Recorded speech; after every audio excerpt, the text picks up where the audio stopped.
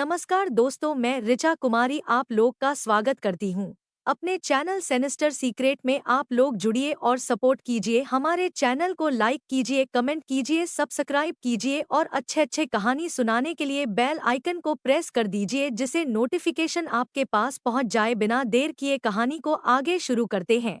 21 मार्च 2025 को लखनऊ के काकोरी के पानखेड़ा गांव में रहने वाला मनोज लोधी रात के तकरीबन 8 बजे अपने दोस्त रोहित राजपूत को कॉल करता है और उसे अपने साथ चलने के लिए कहता है। रोहित राजपूत पहले तो मना कर देता है, लेकिन मनोज लोधी के बार बार आग्रह करने पर वह मान जाता है। कुछ देर बाद मनोज लोधी अपने दोस्त रोहित को पिक करने के लिए उसके घर पहुंच जाता है। दोनों अपने अपने घर वालों को यह बताकर निकलते हैं कि वे एक दोस्त की बर्थडे पार्टी में जा रहे हैं और तकरीबन 1-1.5 घंटे बाद वापस आ जाएंगे। वक्त बीतता जाता है, रात के तकरीबन 10 बज जाते हैं, लेकिन दोनों घर वापस नहीं लौटते। परेशान होकर घरवाले जब उन्हें कॉल करते हैं तो दोनों के मोबाइल स्विच ऑफ मिलते हैं। घरवाले तो परेशान हो ही रहे थे, लेकिन उसी समय दूसरी ओर गांव से तकरीबन 5 किलोमीटर की दूरी पर एक पुलिया पर रात के 10 बजे एक व्यक्ति गुजर रहा था। वह देखता है कि अंधेरे में 2 लड़के सड़क पर बेसुध अवस्था में पड़े हुए हैं। सड़क पर चारों तरफ खून फैला हुआ है। देखने से ही मालूम हो रहा था कि किसी ने बड़ी बेरहमी से इन दोनों लड़कों को मारा पीटा है। नजदीक जाने पर जब वह व्यक्ति देखता है तो पता चलता है कि ये दोनों लड़के कोई और नहीं बल्कि वही मनोज लोधी और रोहित राजपूत हैं, जो 2 घंटे पहले अपने घर से दोस्त की बर्थडे पार्टी में जाने की बात कहकर निकले थे। यह व्यक्ति बिना देरी किए पानखेड़ा गांव जाता है और मनोज व रोहित के घर वालों के साथ कुछ अन्य ग्रामीणों को इकट्ठा करके लाता है। ग्रामीण वहां पहुंचकर देखते हैं तो पता चलता है कि मनोज और रोहित अब इस दुनिया में नहीं रहे। कोई वहां से नजदीकी पुलिस स्टेशन में कॉल कर देता है। कुछ देर बाद पुलिस भी मौके पर पहुंच जाती है। शुरुआती जांच में पता चलता है कि किसी ने बड़ी बेरहमी से मनोज और रोहित पर ताबड़तोड़ हमले किए हैं। यह कोई रोड रेस का मामला लग रहा था, जैसे कि शायद ये दोनों रास्ते में कहीं जा रहे थे, किसी से इनका झगड़ा हुआ और रंजिश में किसी ने इनकी हत्या कर दी। दूसरी ओर पुलिस यह भी मानकर चल रही थी कि यह कोई पुरानी दुश्मनी हो सकती है। हो सकता है कि इनके परिवार की किसी से कोई रंजिश हो, जिसके चलते इन दोनों लड़कों की बेरहमी से हत्या की गई हो। लेकिन यकीन मानिए, जब इस केस की सच्चाई सामने आई तो एक ऐसा मामला सामने निकल कर आया जिसकी उम्मीद किसी ने भी नहीं की थी। तो आखिर मनोज और रोहित की बेरहमी से हत्या के पीछे क्या साजिश थी?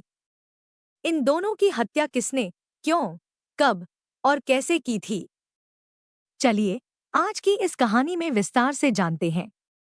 अब पुलिस अपनी छानबीन में जुट जाती है। शुरुआती जांच में पुलिस 2 दिशाओं में तलाश कर रही थी। पहला एंगल यह था कि ये दोनों सड़क से जा रहे थे, किसी से इनका झगड़ा हुआ और उसी के चलते इनकी बेरहमी से हत्या की गई। दूसरा एंगल यह था कि किसी पुरानी दुश्मनी के चलते किसी ने सुनियोजित तरीके से इन दोनों की हत्या की हो।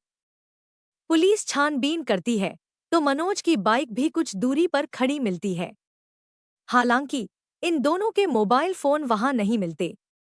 अगर बात करें इनके बैकग्राउंड की, तो मनोज लोधी एक आईटीआई का स्टूडेंट था, जबकि उसका दोस्त रोहित राजपूत हाल ही में रेलवे के टेक्नीशियन एग्जाम में सिलेक्ट हुआ था, यानी कि बहुत जल्द उसकी जॉइनिंग होने वाली थी। लेकिन एक पुरानी कहावत है कि जब इंसान का समय खराब होता है तो चाहे वह हाथी पर बैठा हो, तब भी उसे कुत्ता काट लेता है। रोहित के साथ भी कुछ ऐसा ही हुआ।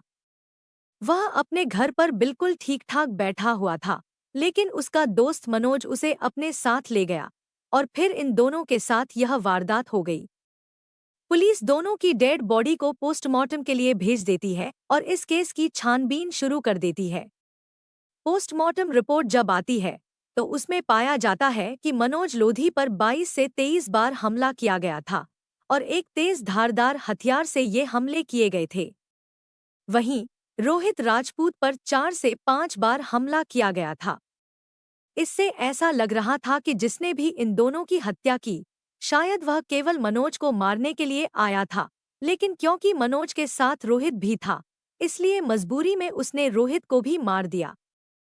पुलिस इस केस की छानबीन शुरू करती है। सबसे पहले मनोज और रोहित के गांव के लोगों से बात की जाती है।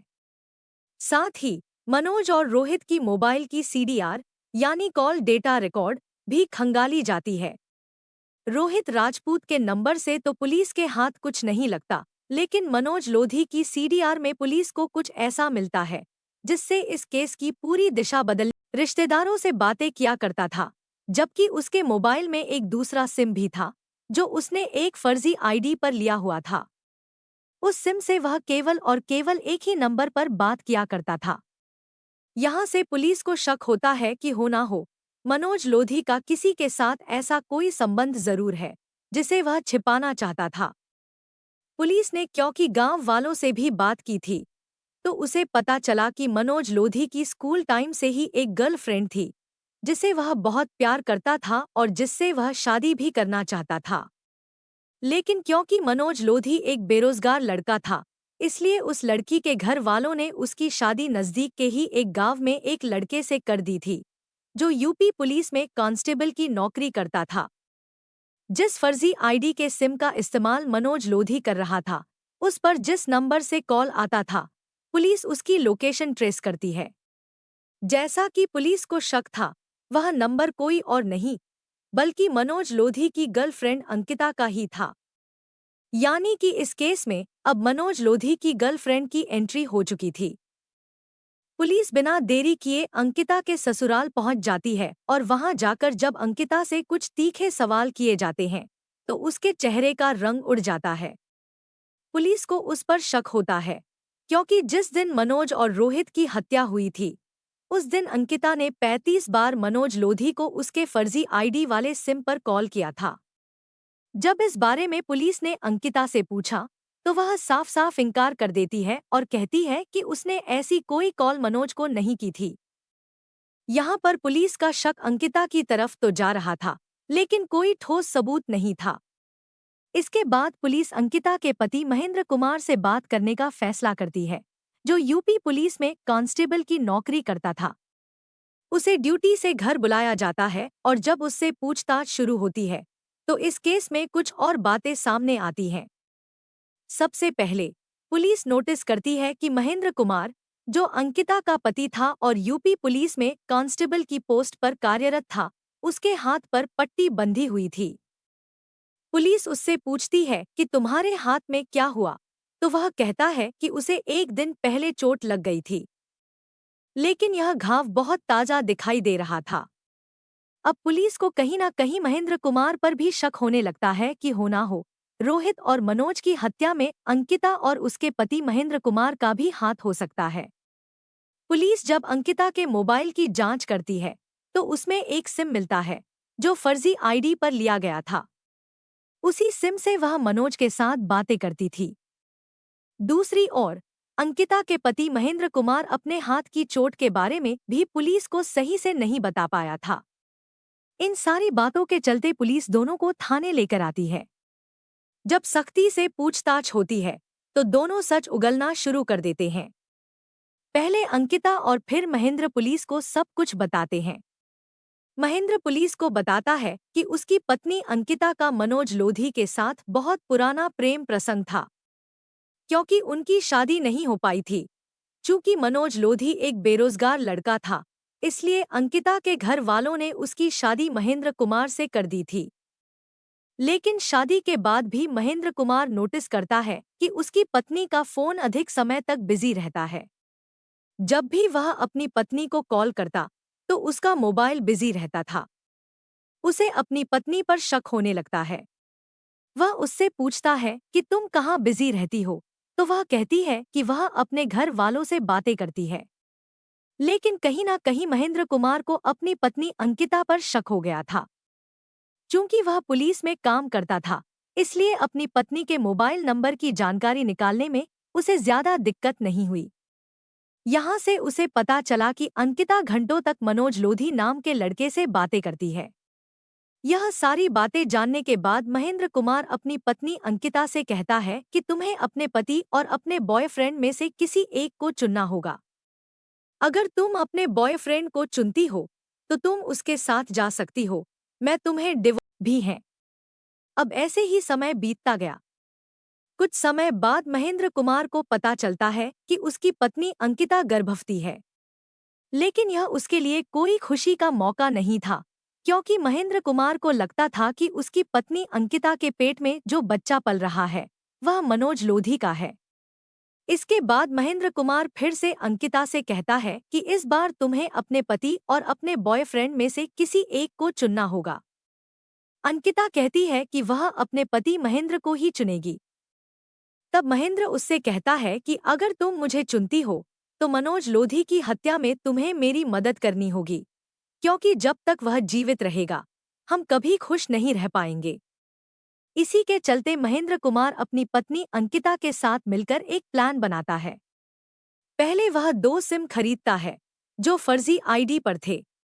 एक सिम वह अपनी पत्नी अंकिता को देता है और दूसरा सिम अपनी पत्नी के जरिए मनोज लोधी तक पहुंचाता है, ताकि बाद में जांच के दौरान यह पकड़ में न आए। अंकिता उस फर्जी सिम से ही मनोज लोधी के साथ बातें किया करती थी। 21 मार्च 2025 को यह पूरा प्लान महेंद्र कुमार ने बनाया था।